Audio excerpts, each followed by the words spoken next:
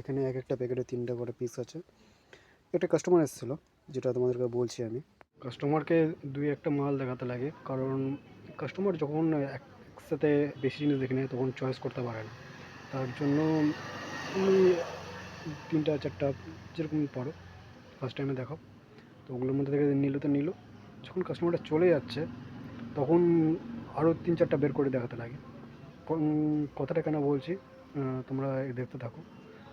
কথাটা এই জন্যে বলছি কারণ আমার সাথে এখন যেটা হলো, নেওয়া জিনিস মানে এখন নিয়ে যাবে বা আর কি, তখন 1-2টা জিনিস আরও দেখানো হলো।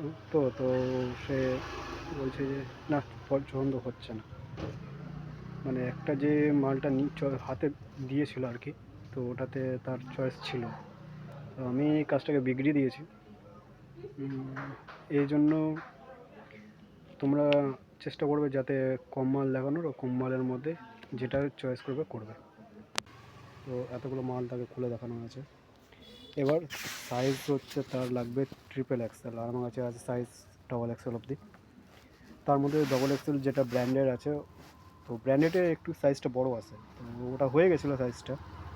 এবার সে নিবে কি নিবে না এগুলো ভাবতে ভাবতে পরে একটু ছোটো হয়ে যাচ্ছে, একটু ছোটো হয়ে যাচ্ছে, আর করছে।